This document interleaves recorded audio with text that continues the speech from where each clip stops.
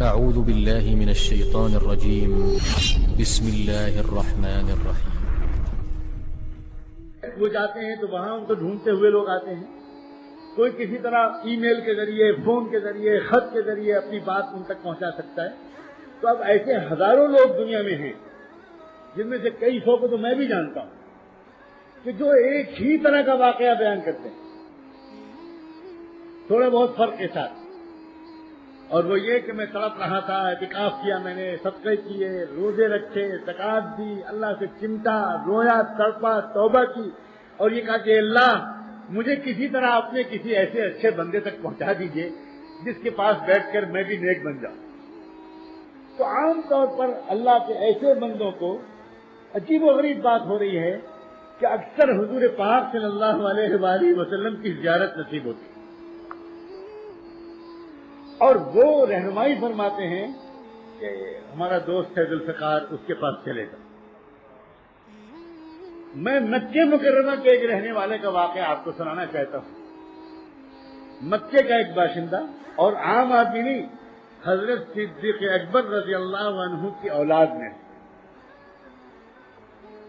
اللہ اکبر، ایک ہی خاندان ہے وہاں، جو گویا مکے سے باہر نکلا ہی نہیں۔ زلزلے آئے، طوفان آئے، جنگیں ہوئی، کچھ ہوا، اس نے طے کر لیا کہ ہم کو یہ در نہیں چھوڑنا۔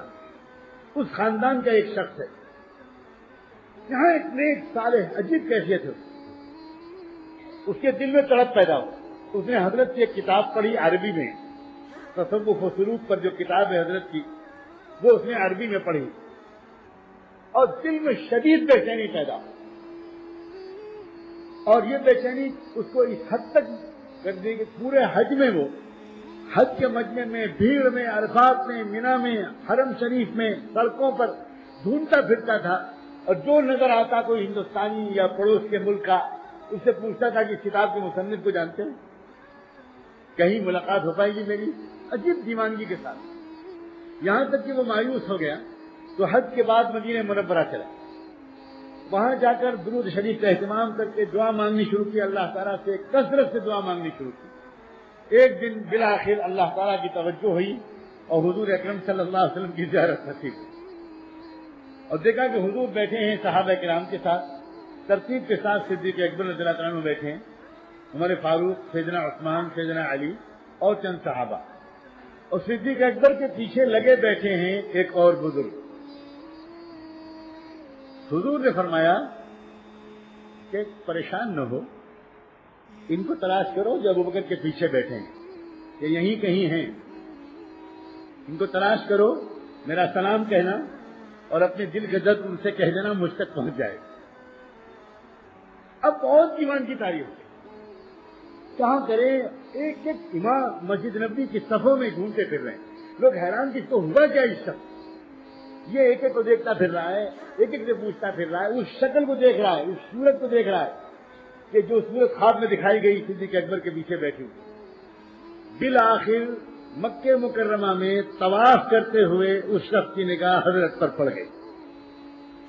بس انتظار کرتا رہا کہ طواف مکمل ہو،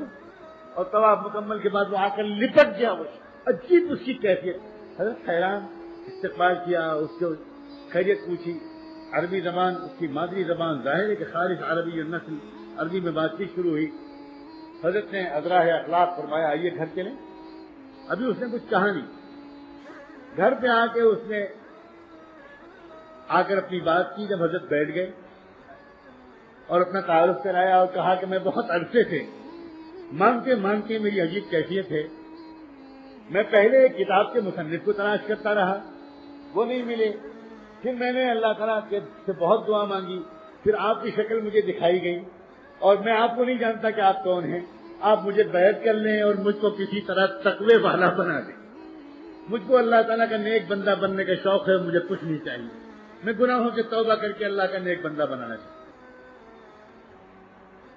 ابھی تک اس نے نہیں بتایا تھا کہ وہ ہے کون، تو حضرت نے ان سے کہا کہ آپ تو ہمارے سر کے تاج ہیں، آپ عربی النسل ہیں، مکہ مکرمہ میں رہتے ہیں، اس عاجز کے پاس جو امانت آپ ہی کے آبا و اجداد کے سے ملی ہے، وہ میں یہ عاجز آپ کو ضرور پیش کرے گا، ضرور پیش کرے گا۔ آپ انشاءاللہ حرم چلتے ہیں ابھی تھوڑی دیر میں، وہیں بیٹھ کر انشاءاللہ آپ کو بیعت کریں گے۔ وہاں بیٹھ کر بیعت کرنے کے بعد اس شخص نے اپنا تعارف کرایا کہ میں صدیق اکبر رضی اللہ عنہ کی اولاد میں۔ حضرت کھڑے ہو گئے اور بس حضرت پر عجیب کیفیت اور کہا کہ آپ میرے لیے مغفرت کی دعا مانگیں، آپ خانے کعبہ کی طرف ہاتھ اٹھا کر میرے لیے مغفرت کی دعا مانگ دیجیے، آپ کو کچھ نہیں بگڑے گا۔ آپ کی جد امجد کی جھولی سے پوری امت کو سنبھالنے کا موقع ملا تھا، آپ ہی کے در کی خیرات ہے جو اس عاجز کو صدی در صدی حضور کے غلاموں سے ملی ہے۔ نقشبندی سلسلہ یہ صدیق اکبر کی خاص میراث ہے، میں وہی بانٹتا پھر رہا ہوں۔ آپ اس سلسلے میں داخل ہوئے، یہ میرے لیے عزت کی بات ہے۔ آپ دعا کریں کہ میں اس امانت کو صحیح طور پر نبھاتے ہوئے دنیا سے چلا جاؤں۔ اب اس شخص کا حال یہ ہے